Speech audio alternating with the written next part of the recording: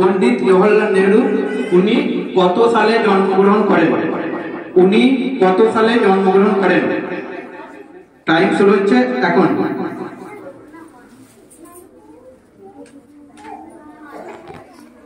Time over হয়ে গেছে। প্রশ্নটা রিপিট করছি। প্রশ্নটা হচ্ছে যে পণ্ডিত জওহরলাল নেহরু কত সালে জন্মগ্রহণ করেন? সালটা কত, ইয়ারটা কত? যাবো বলো। 1947 সাল করেছেন। একদম ভুল উত্তর, একদম ভুল উত্তর। উত্তরটা বলে দিচ্ছি। উত্তরটা হচ্ছে 1889 সালে 14ই নভেম্বর উনি জন্মগ্রহণ করেন। ওনার জন্মের বছর হচ্ছে 1889। প্রাচীনকালে একটা প্রাণীর মাধ্যমে চিঠিপত্র পাঠানো হতো। তখন তো ডাক ব্যবস্থা চালু হয়নি। একটা প্রাণীর মাধ্যমে চিঠিপত্রটা পাঠানো হতো। তোমাদের কাছে প্রশ্ন, সেই প্রাণীর নাম? একদম সঠিক উত্তর, সঙ্গে সঙ্গে সব পাঠে উত্তর দিয়েছে। হাততালি। টিম সি এর কাছে, ভগৎ সিং টিমের কাছে প্রশ্ন যাচ্ছে।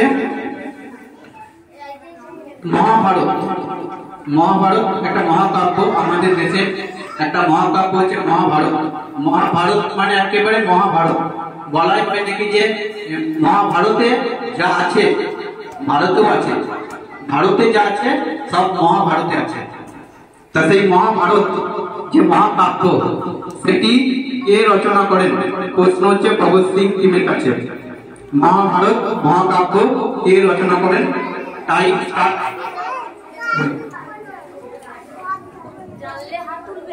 জানলে হাত তুলবে। একদম সঠিক উত্তর, একদম সঠিক উত্তর। 5 নম্বর, ওনার 5 নম্বর এমনি নাম্বার। উনি পিউ যেটা বলেছে সঠিক উত্তর বলেছে বেদব্যাস। ওনাকে বলা হয় কৃষ্ণ দ্বৈপায়ন বেদব্যাস। কৃষ্ণ দ্বৈপায়ন বেদব্যাস। আজাদ হিন্দ ফৌজ, আজাদ হিন্দ ফৌজ জানো তোমরা স্বাধীনতা সংগ্রামে একটা গুরুত্বপূর্ণ ভূমিকা নিয়েছিল এই আজাদ হিন্দ ফৌজ। আজাদ হিন্দ ফৌজকে ইংরেজিতে বলা হয় ইন্ডিয়ান ন্যাশনাল আর্মি, INA। এটার দায়িত্ব নিয়েছিলেন, খুব ভালো করে প্রশ্নটা শুনবেন, এর দায়িত্ব নিয়েছিলেন নেতাজি সুভাষচন্দ্র বসু। আমরা আজাদ হিন্দ ফৌজের কথা উঠলেই নাম আসে নেতাজি সুভাষচন্দ্র বসু। কিন্তু উনি কিন্তু এই আজাদ হিন্দ ফৌজ যেটা এটার গঠন করেননি, উনি দায়িত্বভারটা নিয়েছিলেন।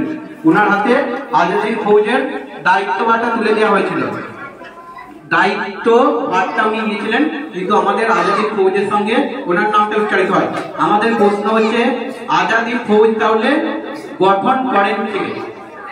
বাঘাযতীন টিমের কাছে প্রশ্ন, বাঘাযতীন টিমের কাছে প্রশ্ন, আজাদ হিন্দ ফৌজ কে গঠন করেন? Time start. ঠিক আছে, আর 10 সেকেন্ড টাইম আছে। এর মধ্যে যদি তোদের মধ্যে আলোচনা কর, তোদের মধ্যে আলোচনা কর, দেখতে পারো, না হলে পরবর্তী টিমে আমরা যাব। হ্যাঁ, টাইম ওভার। এরপরে এইটি বলবে একদম ভুল উত্তর। আমি ওটাই বারবার বললাম, নেতাজি সুভাষচন্দ্র বসু ওই টিমের দায়িত্ব নিয়েছিল। না না না, এই আজাদ হিন্দ ফৌজ গঠন করেন রাসবিহারী বসু, একজন বাঙালি। মাতঙ্গিনী হাজরা টিমের কাছে প্রশ্ন, মাতঙ্গিনী হাজরা টিমের কাছে প্রশ্ন হচ্ছে এই রাউন্ডের শেষ প্রশ্ন। তোমরা বলবে বিভিন্ন ধাতুর ব্যবহার এসেছে আমাদের এই পৃথিবীতে, প্রথম কোন ধাতুর ব্যবহার মানুষ শিখে? মানুষ একদম বলতে না বলতেই সবার উত্তর তামা।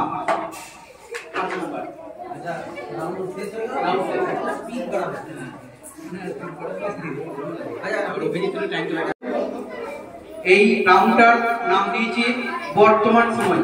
আমাদের সাম্প্রতিক যেটা ইংরেজিতে কারেন্ট অ্যাফেয়ার্স বলে, সেই বর্তমান সময় নিয়ে প্রশ্ন থাকবে।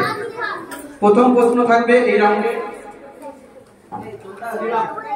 ক্ষুদিরাম বোস টিমের কাছে, টিম এর কাছে। তোমরা ভালো করে শুনবে। শুনবে পশ্চিমবঙ্গের বর্তমান রাজ্যপালের নাম কি? আমাদের পশ্চিমবঙ্গের বর্তমান যে রাজ্যপাল তার নাম কি? তোমাদের টাইম শুরু হলো। অন্য কোনো টিম বলবে না, তোমাদের কাছে সুযোগ আসবে। এখন হাত তুলে যে মাইক্রোফোনটা নিয়ে যাও।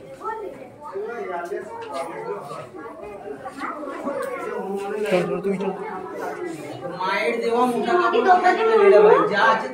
না না না, যেটা বলেছে সেটা আমাদের বর্তমান রাষ্ট্রপতির নাম, ওটা নয়।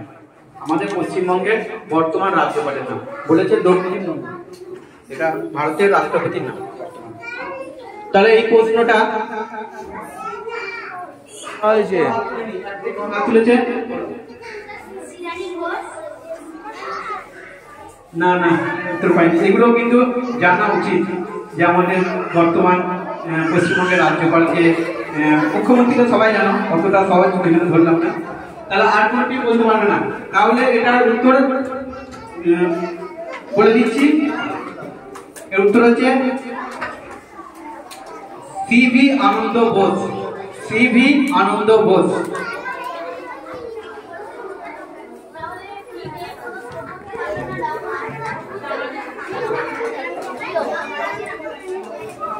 এবার সুভাষচন্দ্র টিমের কাছে নিজস্ব প্রশ্ন। পশ্চিমবঙ্গে বর্তমানে কয়টি জেলা আছে? পশ্চিমবঙ্গে বর্তমানে মোট জেলা কয়টি?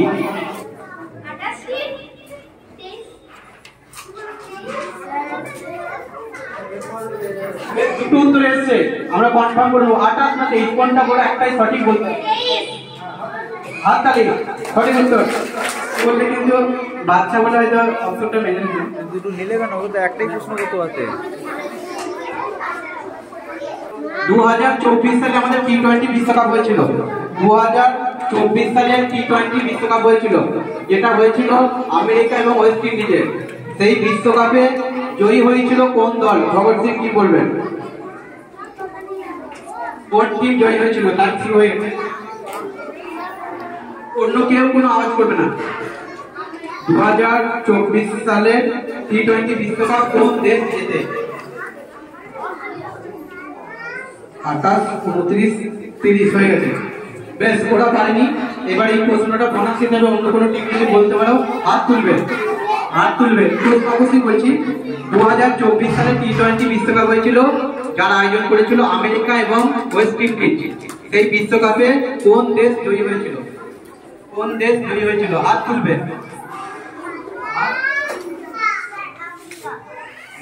উত্তর তারপরে হাত তুলেছে ওই টিম, হাত তুলেছে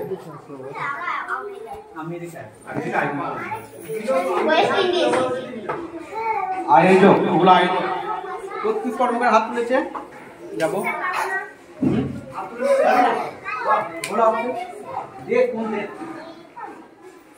বেশ, এই উত্তরটা তাহলে এই উত্তরটা কিন্তু পারা উচিত ছিল, কারণ এই উত্তরটার সঙ্গে আমাদের দেশের একটা গর্ব বা অহংকারের ব্যাপার ছিল।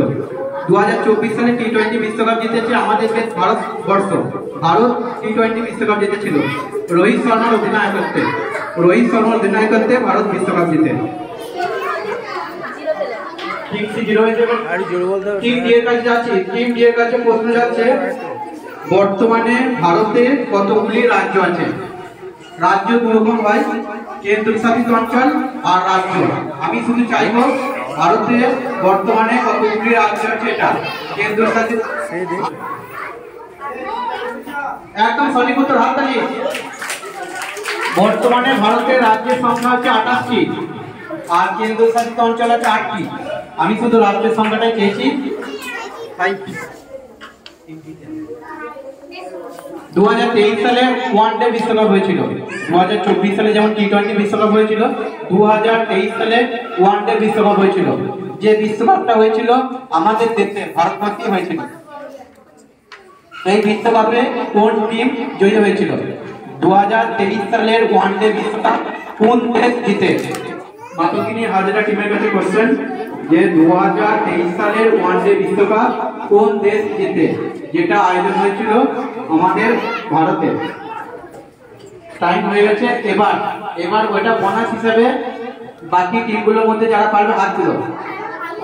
প্রত্যুষ হাত উঠে আছে, 1 মিনিট। প্রত্যুষ হাত উঠে আছে, এখানে হাত আছে, দুটো হাত উঠে আছে এখনো পর্যন্ত। আগে প্রত্যুষের কাছে যাবো। একদম সঠিক উত্তর, অস্ট্রেলিয়া। এটা বোনাস টিম দিয়ে চলে।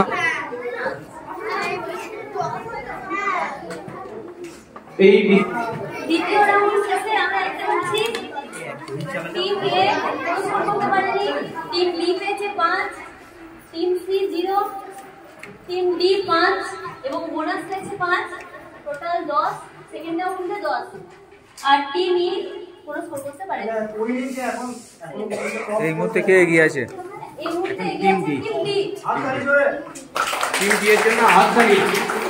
এবার শুরু হচ্ছে তৃতীয় রাউন্ড। একইভাবে শুরু হবে। কুড়িরাম বোস টিমের কাছে।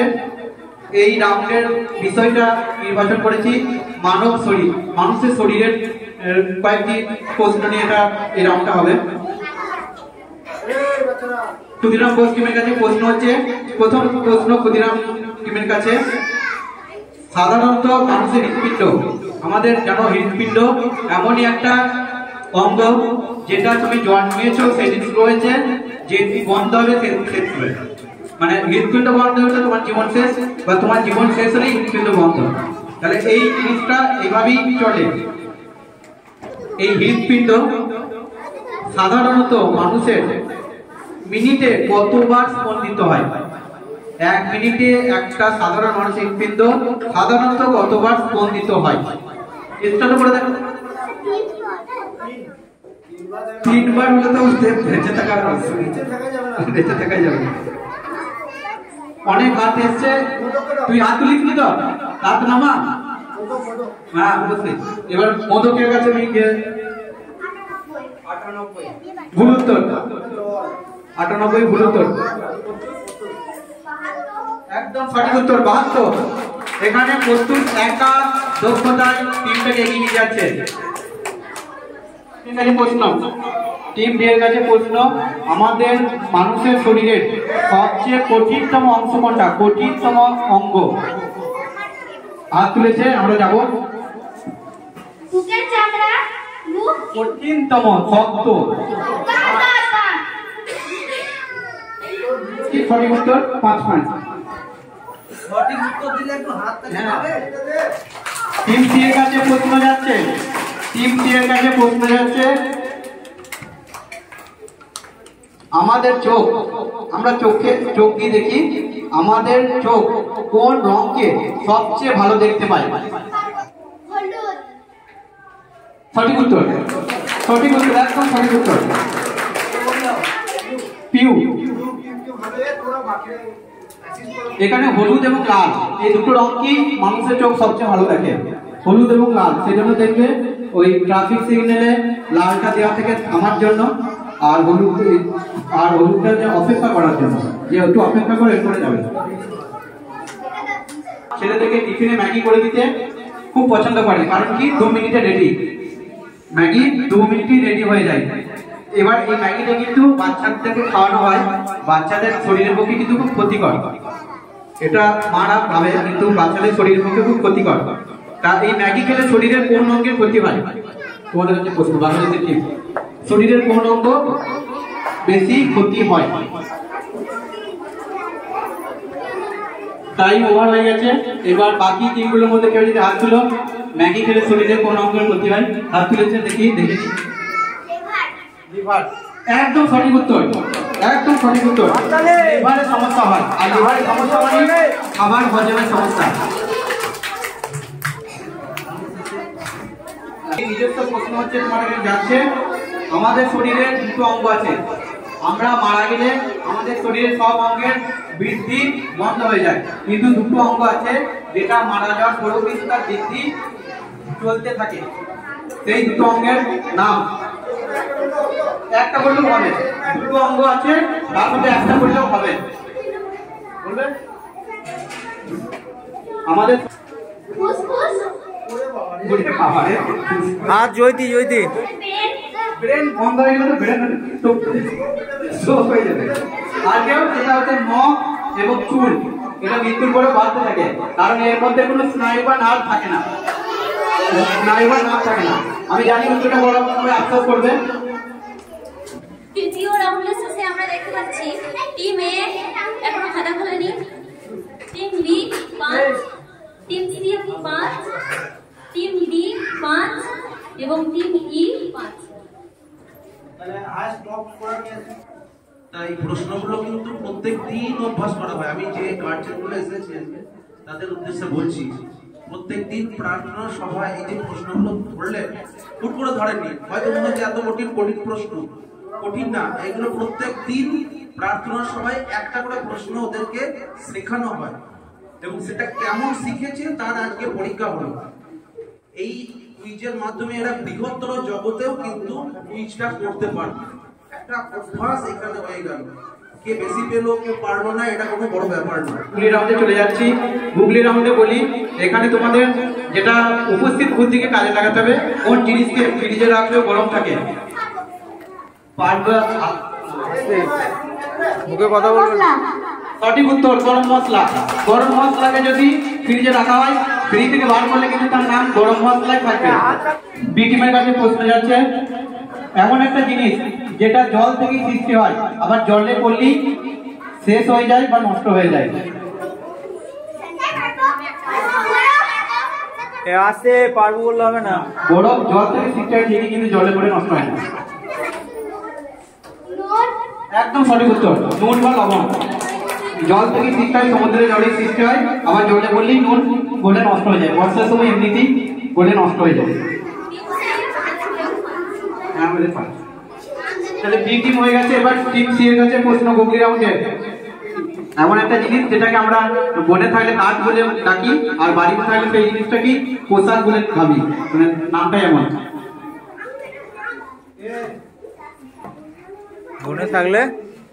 বনে থাকলে কাঠ, আর বাড়িতে থাকলে সেটাই পোশাক। পারবে? পাস দিয়েছে না, পতুস না না না। তাহলে গাছ আছে, বনে গাছ আছে, উল বলে চাদর। চাদর মানে কি বলবো, অনেক কাছাকাছি, অনেক কাছাকাছি।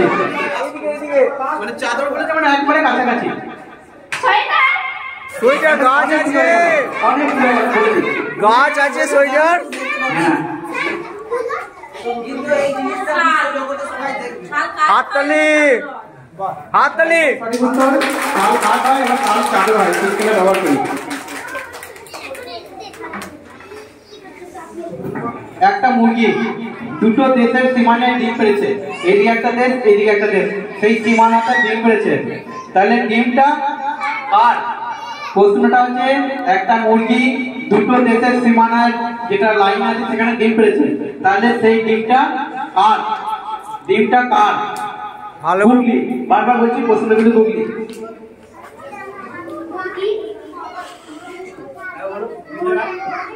একদম সঠিক উত্তর, ডিমটা মুরগির হবে। এখানে দেশ নিয়ে ঘাবড়ে যাওয়ার কিছু নেই, কারণ ওটা কোনো দেশে যাওয়ার কথা বুঝি না। দুটো দেশের সীমানায় ডিম যদি মুরগিতে দেয় তাহলে সেই ডিমটা মুরগির ডিমই হবে। মাতঙ্গিনীর কাছে, মাতঙ্গিনী টিমের কাছে, মাতঙ্গিনী টিম কত পয়েন্ট হয়েছে? বেশ, এই প্রশ্নটা ভাববে, এটা দর্শকদের কাছেও যেতে পারে। কোন প্রশ্নের উত্তরে যদি উত্তর বলে ফেলি তাহলে একদম ভুল হবে। কোন প্রশ্নের উত্তরে উত্তর বললেই ভুল হবে। প্রশ্নটা আমি একটু বলি, যদি আমরা কোনো প্রশ্ন করি যে আচ্ছা সূর্য কোন দিকে ওঠে, যদি কেউ বলে উত্তর একটা দিকের নাম, উত্তর একটা দিকের নাম, তাহলে উত্তর বললেই ভুল হবে। তাকে কি বলতে হবে? সূর্য পূর্ব দিকে ওঠে। আবার